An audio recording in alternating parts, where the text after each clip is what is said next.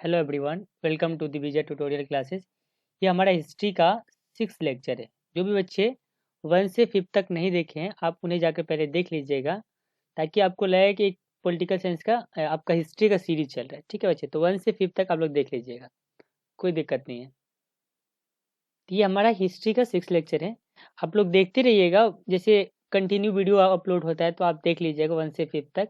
और साथ ही political science का भी लेक्चर अपलोड हो गया है, तो वो भी आप जाकर देख सकते हैं, उनका भी प्लेलिस्ट बना हुआ है। ठीक है, और साथ ही साथ आप लोगों को हैप्पी सरस्वती पूजा। ठीक, तो आप लोग सेलिब्रेट कर लीजिएगा जो बच्चे नहीं किए हैं। पर हाँ, ये नहीं कि सेलिब्रेट करने के चक्कर में पूरा पूरा दिन अपना पढ़ाई ना करें। ठीक है, पढ़ाई कीजिएगा, क्योंकि गॉड क्या कहती है, आप पढ़ेंगे तभी आपको तो रिजल्ट मिलेगा ना। आप किसी पे डिपेंड नहीं हो सकते हैं। आप पढ़िए मन लगा के और आगे बढ़िए। आप लोग एग्जाम आने वाला है। ठीक है, कल एक लेक्चर अपलोड होगा, आप लोग उन्हें देख लीजिएगा। ठीक है, ताकि उसमें थोड़ा सा मैं ये बताऊंगा कि कैसे एग्ज़ाम दिया जाता है, उसमें अपने माइंड को कैसे काम रखें, ये सारा चीज़ें बताएंगे। ठीक है बच्चे, चलिए आगे बढ़ते हैं आज के फर्स्ट क्वेश्चन की ओर। आज का हमारा फर्स्ट क्वेश्चन है, dash is called the father of modern science. Father of modern science किनको कहा जाता है, आधुनिक विज्ञान का जनक किन्हें कहा जाता है। देखिए यहाँ फोटो लगाए हुए हैं, ये हमारे हैं गैलीलियो साहब। ठीक, तो फादर ऑफ मॉडर्न साइंस कौन हो गए, गैलीलियो। ठीक, गैलीलियो के एक और नाम से भी जानते हैं, वो भी आप लिख लीजिए। देखिए इमेज लगाए ना, ताकि आप लोग को याद हो जाएगा, एग्जाम में जब भी आएगा ना तो आप इन्हें याद कर सकते हैं। इनको एक और नाम से जानते हैं, जिन्हें कहा जाता है ऑब्जर्वेशन ऑफ एस्ट्रोनॉमी। ऑब्जर्वेशनल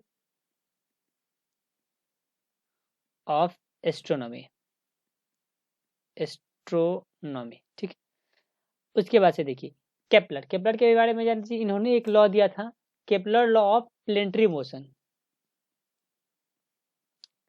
जिस ऑप्शन को एक्सप्लेन करना पढ़े उसको हम एक्सप्लेन करते हैं, किससे जुड़ी क्वेश्चन ये निकल रहे हैं, ये आपके एग्जाम में आ सकते हैं। तो ये सब आप लोग नोट डाउन कर लीजिएगा। ठीक, फिर से न्यूटन। न्यूटन के बारे में तो आप जानते ही हैं, इन्होंने ग्रेविटेशनल लॉ दिया है। ठीक है, न्यूटन के 3 लॉ है ना, फर्स्ट सेकेंड थर्ड, 3 लॉ उन्होंने बताए, ये भी हो गया। तो ये सब क्वेश्चन पूछा जाता है कि न्यूटन ये ग्रेविटेशनल फोर्स किसने दिया है, तो आपको याद होना चाहिए। ठीक, तो ये वाला इससे जुड़ी इंपॉर्टेंट फैक्ट ये सब याद रखिएगा। चलिए आगे बढ़ते हैं। सेकेंड क्वेश्चन है, the bill of right was pass by the British parliament in dash. ये आपके तमिलनाडु बोर्ड में आया हुआ है। अब देखिए पूछा जा रहा है ना कि अधिकारों का विधेयक ब्रिटिश संसद द्वारा डैश ईस्वी में पारित किया गया था। किस ईस्वी में पारित किया गया था, तो देखिए ब्रिटिशर्स कब आए थे इंडिया में, 1600 एडी में आए थे ना, तो उसी के थोड़ा आसपास के होंगे, या तो 16 से 14 में या 1689 में। थोड़ा ऐसे आइडिया लगा के हम क्वेश्चन करते हैं, इनमें तो होगा ही नहीं, क्योंकि उस समय 73 में रेगुलेटिंग एक्ट आ गया था। तो इन दोनों के एलिमिनेट करेंगे तो ये तो आते आते उनको थोड़ा टाइम ज़्यादा लग गया था, तो इस्टेब्लिश करने में समय लगा। तो 1689 में उनको एक वो फरमान दिया गया था, डिक्लेयर किया गया था। ठीक है, वहाँ के राजा के द्वारा। तो इससे जुड़ी इंपॉर्टेंट फैक्ट हो गया। चलिए, dash where the PT चिफ्टमेंस ruling over hilly region. ये भी तमिलनाडु में है। क्या छोटे सरदार पहाड़ी क्षेत्रों पर शासन कर रहे थे, तमिलनाडु में है। देखिए लिखा हुआ वेलर्स, पनार, बिरलियार या कालाब्रश। इसमें से ऑप्शन क्या हो जाएगा, पनार। देखिए ये सब ना स्टेट बोर्ड में इस तरह से क्वेश्चन आते हैं ना, तो इस तरह के क्वेश्चन स्टेट बोर्ड में ही पूछे जाएंगे। जैसे जिस स्टेट से क्वेश्चन आ रहे हैं ना, उसी में पूछे जाएंगे इस टाइप से क्वेश्चन। अब मान लीजिए ये वाला क्वेश्चन आपके राजस्थान में पूछते, ऐसा हो ही नहीं सकता है। ठीक है, तो इस टाइप से नहीं। अगर हाँ तमिलनाडु में आया हुआ था, तमिलनाडु बोर्ड में इस तरह से पूछ दिया जाता है क्वेश्चन। कुछ चीज़ें होती है, जैसे मान लीजिए हमने फर्स्ट क्वेश्चन को डिस्कस किया ना, ये आपके तमिलनाडु में आया हुआ है, तो ये आपकी किसी भी स्टेट में पूछा जा सकता है, बिहार, राजस्थान, उत्तर प्रदेश, महाराष्ट्र, किसी में भी चीज़ में पूछा जा सकता है। पर जो क्वेश्चन स्पेशली स्टेट से रिलेटेड होते हैं, वो स्टेट के ही एग्जाम में पूछा जाएगा, आपके ही स्टेट में पूछा जाएगा। ठीक है बच्चे, तो इसीलिए इनको ज़्यादा एक्सप्लेन नहीं करते हैं। इनको ज़्यादा एक्सप्लेन करना होता है कि हाँ यह आपके भी बोर्ड में पूछा जा सकता है, तो उनको बता देते हैं। चलिए आगे बढ़ते हैं। New deal was formulated bye. New deal किनके द्वारा फॉर्मुलेट किया गया था, Woodrow Wilson, Harry S Trueman, Franklin D Roosevelt या हॉर्बर्ट हूवर। ये आपके फ्रैंकलिन डी रूजवेल्ट के द्वारा इंट्रोड्यूस किया गया था। पूछा जा सकता है ये कहाँ के रहने वाले थे, यूएसए के। ठीक, जब ग्रेट डिप्रेशन आया था ना तो ये काफ़ी ज़्यादा सुर्खियों में आए थे। ग्रेट डिप्रेशन के बारे में आपको लास्ट लेक्चर में बताया हुआ है। ठीक है, तो इससे जुड़ी ये चीज़ें हो गई। By whom Saka era was started, ये उत्तर प्रदेश में हुआ। साका एरा कब स्टार्ट हुआ था? कनिष्क या अशोका, हर्षवर्धन या चंद्रगुप्त द्वितीय, चंद्रगुप्त सेकेंड। तो देखिए bye whom Saka era start हुआ था कनिष्क के समय, किंग कनिष्क। अब ये आपसे पूछा जा सकता है कब स्टार्ट हुआ था? 78 एडी में। अब सोच लीजिए 78 एडी का मतलब बहुत बहुत पुराने समय की बात है। और इनको ना एक और चीज नाम से भी जाना जाता है, साका एरा। कनिष्क के एक और नाम से जाना जाता है, साकास। ये भी याद रखिएगा। ठीक है, तो कब आया था? 78 एडी में, और इनको साकास के नाम से भी जाना जाता है। समझ गए बच्चे? तो ये सब चीजें याद रखिएगा। It is believed that the Saka era was founded by the king Kanishka in 7088 AD में, और इनको ऐसे साकास के नाम से भी जाना जाता है। ठीक, चलिए आगे बढ़ते हैं। Avesta belong to which religion? अब देखिए अवेस्ता के बारे में आपको लास्ट लेक्चर में भी बताया था कि अवेस्ता पर्शियन का है। ठीक है, फिर से एक बार बता दें, पर्शियन का है। इससे जुड़ी एक और चीज भी हमने बताया था। इन्होंने क्या बताया था कि अवेस्ता को कहा जाता है, देखिए लिख देना। चलिए अवेस्ता, अवेस्ता पर्शियन के, तो आपका आंसर नंबर सी सही हो जाएगा। अब थोड़ा इसके बारे में जान लीजिए। अवेस्ता को एक और नाम से जानते हैं, जैन अवेस्ता। ठीक है, और एक इन्होंने एक सेक्रेट मतलब पवित्र बुक लिखा है जिनका नाम है जोरास्ट्रिनिज्म। ठीक है, ये वाला याद रखिएगा। एक इन्होंने सेक्रेट बुक का नाम लिखा है जिसका नाम है जोरास्ट्रिनिज्म। ठीक है, अवेस्ता को जीना अवेस्ता के भी नाम से जानते हैं। ठीक है, तो ये इससे जुड़ी इंपॉर्टेंट फैक्ट हो गया, हमने लास्ट लेक्चर में भी बताया था। चलिए आगे बढ़ते हैं। Which city was founded bye Sikandar? कौन सी सिटी का फाउंडर सिकंदर ने किया था? आपका ऑप्शन दे रखा है, इलाहाबाद, सिकंदराबाद, जौनपुर या आगरा। तो किसी के किए थे उन्होंने, बताइए। City of Agra. अब एक चीज यहाँ देखिए, आंसर नंबर आपका हो जाएगा आगरा। देखिए ये उत्तर प्रदेश में आया हुआ है ना, तो आगरा से रिलेटेड क्वेश्चन है। ये तो किसी भी मतलब आपके किसी भी एग्जाम में आ सकता है, जैसे तमिलनाडु हो गया, महाराष्ट्र हो गया, राजस्थान हो गया, क्योंकि हिस्टोरिकल चीजें हैं ये सारी चीजें। अब देखिए तो रहेगी यहाँ पे एक ट्विस्ट बता रहा हूँ। ये इलाहाबाद के अंदर ही तो आगरा आता है ना। अगर मान लीजिए यहाँ आगरा ऑप्शन नहीं दिया होता, अगर दिल्ली ऑप्शन दिया होता, तो आपका सही क्या हो जाता? इलाहाबाद। समझ गए? क्योंकि इलाहाबाद के अंदर ही आता है, तो आप यहाँ कर सकते थे, लेकिन उस कंडीशन को ऐसे नहीं अप्लाई किया है, यहाँ दे दिया है स्पेशल। जिस स्टेट जिस सिटी को उन्होंने स्टेब्लिश किया था, तो आगरा किया था तो आगरा दे दिया। समझ गए? तो इस तरह से क्वेश्चन भी पूछे जाते हैं। चलिए आगे बढ़ते हैं। दीन ई इलाही वाज रिलेटेड टू। ठीक, ये किन से रिलेटेड है? आप लोग मूवी देखे हैं जोधा अकबर? ठीक है, जोधा अकबर यही है हमारे अकबर साहब। तो दीन ए इलाही रिलेटेड किससे है? अकबर से रिलेटेड है। ये काफी 9 ईयर्स की एज में ही शायद ये इन्होंने गद्दी को संभालने को मिला था इनको। अब मूवी देखेंगे ना कभी तो पता चल जाएगा। ठीक, तो इससे जुड़ी ये इंपॉर्टेंट फैक्ट हो गए। अब देखिए, अब ये भी पूछा जा सकता है कि इनको दीन ए इलाही का उपाधि कब मिला था? एक मिनट लिख लीजिए। 1582 में, 1582 में इन्हें दीन ए इलाही का वो मिला था, फरमान मिला था। अब देखिए ये चीजें है ना कि ये दीन ए इलाही क्यों इन्होंने लागू किया था। ये चाहते थे ना कि हिंदू एंड मुस्लिम, ठीक है, उनको एक रिलीजन के साथ कनेक्ट किया जाए। ठीक है, उनको विश्वास दिलाया जाए।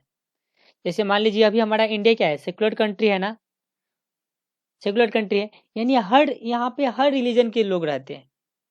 तो वही दीन इलाही से जब उन्होंने लागू किया, दीन इलाही जब फरमान जारी किया, तो वो चाहते थे कि हिंदू मुस्लिम उन लोगों को एक विश्वास के साथ कनेक्ट किया जाए, और बाद में जैसे ये हमारा अपना रिलीजन को बढ़ाएंगे, और बाद में वो ये भी चाहते थे कि क्रिश्चियनिटी, जैनिज्म, पारसियम, इन सारी चीज़ों मतलब हर रिलीजन को ऐड कर, समझ गए। तो मतलब उस समय के राजा थे, जब वो लोग चाहते थे ये नहीं कि मान लीजिए इस्लाम है तो इस्लाम को ही पूरा हमारे कंट्री में आना चाहिए, और भी लोगों की रिलीजन रहना चाहिए, जैसे हिंदू हो गया, मुस्लिम हो गया, सिख हो गया, जैन हो गया, तो अलग अलग रिलीजन के भी लोग रहे, तो इन्होंने इसलिए जारी किया था।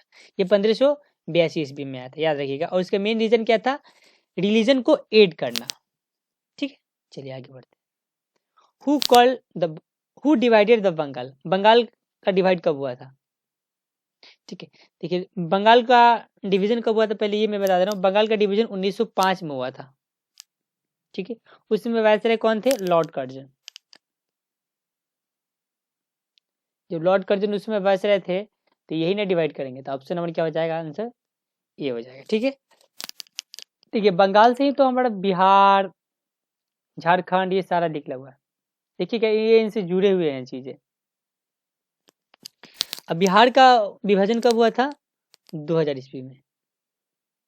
ये झारखंड से जुड़ा था, तो इससे इनका विभाजन हुआ था। याद रखिएगा, जो बिहार बोर्ड के बच्चे हैं और झारखंड के। चलिए आगे बढ़ते हैं। Who among the flowing was associated with the newspaper Kesari? Newspaper Kesari से कौन रिलेटेड है? महात्मा गांधी, बाल गंगाधर तिलक, सुभाष चंद्र बोस या ए ओ हुमे? तो आपके ये कौन है फोटो पर लगे हैं? बाल गंगाधर तिलक। तो ऑप्शन नंबर क्या हो जाएगा? बी सही हो जाएगा। ठीक है, अब थोड़ा सा बताते हैं, महात्मा गांधी ने कौन सा बुक लिखा था? My experiment with truth. आप लोगों को तो पता ही होगा,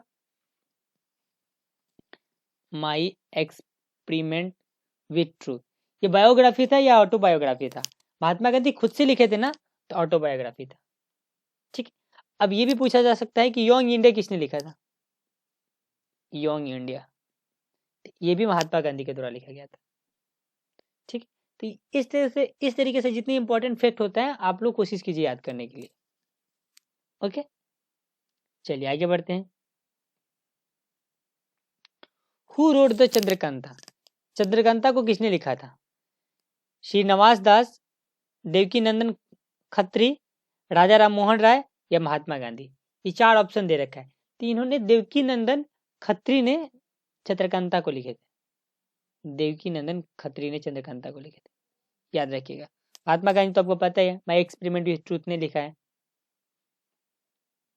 और राजा राम मोहन राय के बारे में पता ही है, इन्होंने सती प्रथा को खत्म किया है।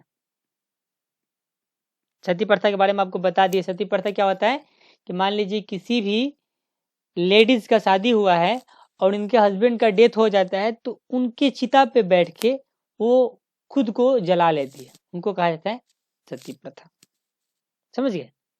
चलिए आगे बढ़ते हैं नेक्स्ट क्वेश्चन की ओर। Who is called the grand old man of India? Grand old man किनको कहा जाता है? ये देखिए यहाँ फोटो लगा है, दादा भाई नौरोजी को कहा जाता है। तो ऑप्शन नंबर क्या हो जाएगा? सी। अब देखिए दादा भाई नौरोजी को एक और नाम से भी जानते हैं, ये भी पूछा जा सकता है। तो दादा भाई नौरोजी एक और नाम से जानते हैं जिनका नाम है unofficial ambassador of India. Unofficial ambassador of India. ठीक है, एम्बेसडर के स्पेलिंग AMBASSADR। ठीक है, एम्बेसडर ऑफ इंडिया। तो आंसर नंबर क्या हो जाएगा आपका? सी हो जाएगा।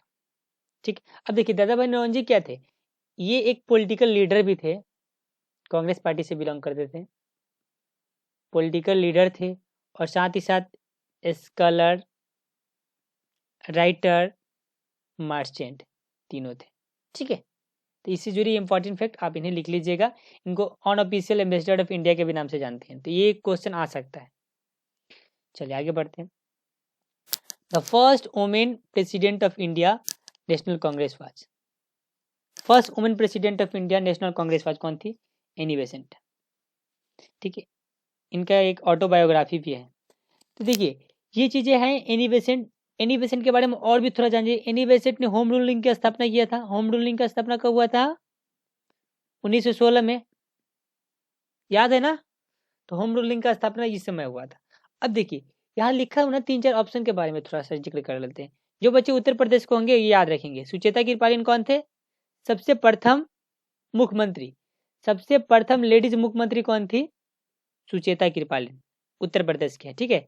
सबसे प्रथम लेडीज मुख्यमंत्री कौन थी? चीफ मिनिस्टर कौन थी? सुचेता कृपालिन। ये यूपी से जो बच्चे हैं उनके एग्जाम में आ सकता है, तो आप लोग इन्हें पर ध्यान रखेंगे, याद करके रखेंगे। राजकुमारी अमृता कौर। राजकुमारी अमृता कौर कौन थी? First health minister of India थी। First health minister of India थी। हेल्थ मिनिस्टर ऑफ इंडिया, ठीक है। 1947 से लेकर 1957 तक रही थी, याद रखिएगा, ठीक है। उसके बाद क्या है? सरोजनी नायडू। सरोजनी नायडू को किस नाम से जानते हैं? Nightingale of India. Nightingale of India, याद रखिएगा, ठीक है बच्चे। तो ये चारों ऑप्शन के बारे में हमने एक्सप्लेन कर दिया, क्योंकि इस टाइप से क्वेश्चन आ सकते हैं आपके एग्जाम में, इसलिए हमने एक्सप्लेन कर दिया। चलिए लिख लीजिएगा इन्हें। आगे बढ़ते हैं। आज का लास्ट क्वेश्चन है, सांख्य दर्शन इज रिलेटेड टू। सांख्य दर्शन किससे रिलेटेड है? कपिल, गौतम, जामनी या पतंजलि? पतंजलि है ना, हाँ। तो ये सांख्य दर्शन कपिल से रिलेटेड है, ठीक है, तो याद रखिएगा। चलिए आगे बढ़ते हैं। आज का हमारा यही लास्ट क्वेश्चन था। तो जो भी बच्चे हम इंपॉर्टेंट फैक्ट बोले हैं आप उन्हें नोट डाउन कर लीजिएगा, और नोट डाउन करके उनको मल्टीपल टाइम रिवीजन कीजिएगा, ठीक है। और आप लोग का एग्जाम आ रहा है तो आप लोग अब पढ़ाई शुरू कर दीजिए। एमसीक्यू क्वेश्चन लगाइए खूब, जितना ज़्यादा हो सके एमसीक्यू क्वेश्चन लगाइए, ठीक है। मॉक टेस्ट अगर देना चाहें तो दीजिए।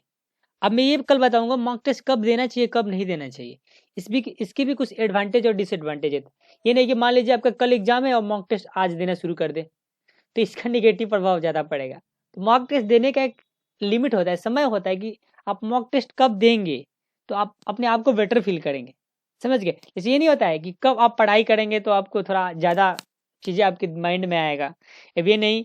तो ये सारी चीज़ें कल हम एक्सप्लेन करेंगे, कुछ एक वीडियो बना के पक्का कल आप लोगों को बताएंगे, ठीक है बच्चे। तो मिलते हैं कल के वीडियो में। Thank you for watching, have a nice day.